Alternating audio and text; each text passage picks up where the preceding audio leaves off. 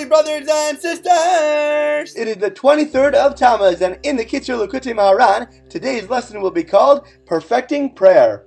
There are three negative characteristics that inhibit a person's ability to pray. The first is do not despise any person. That is, a person should never put down another person, even in his thoughts. And when someone is not careful about this, his prayer is blemished.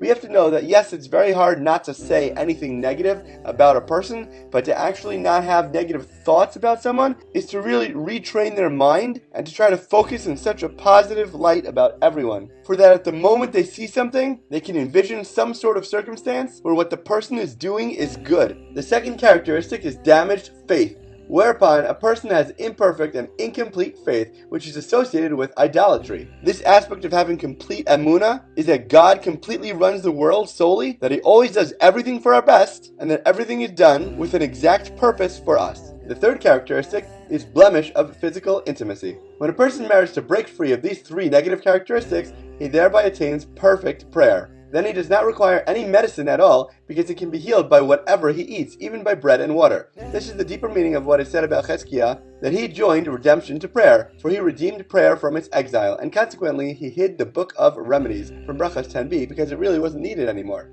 When a person merits to redeem prayer from its exile, which is the concept of joining redemption to prayer, this constitutes a glimmering of the light of Mashiach. When a person merits perfect prayer through all of the rectifications, namely through the holiness of the three festivals, which rectify the three evil cravings for wealth, physical intimate pleasure, and food, whereupon a person merits fear of God to draw the influx of prophetic inspiration and perfected prayer and healing, and when he also eliminates the three negative characteristics that inhibit the ability to pray, then the entire host of heaven, all the stars and constellations, and the supernal angels are subordinated to him.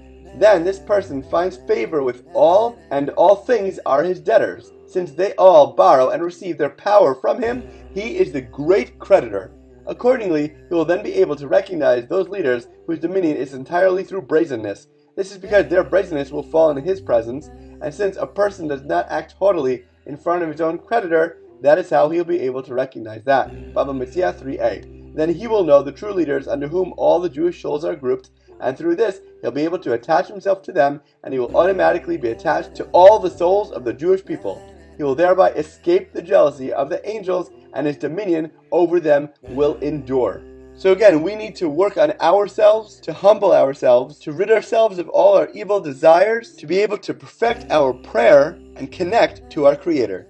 As always, thank you so much for learning together. If you enjoyed this lesson, please remember to like, comment, share, and borrow. And please God, we'll learn again tomorrow.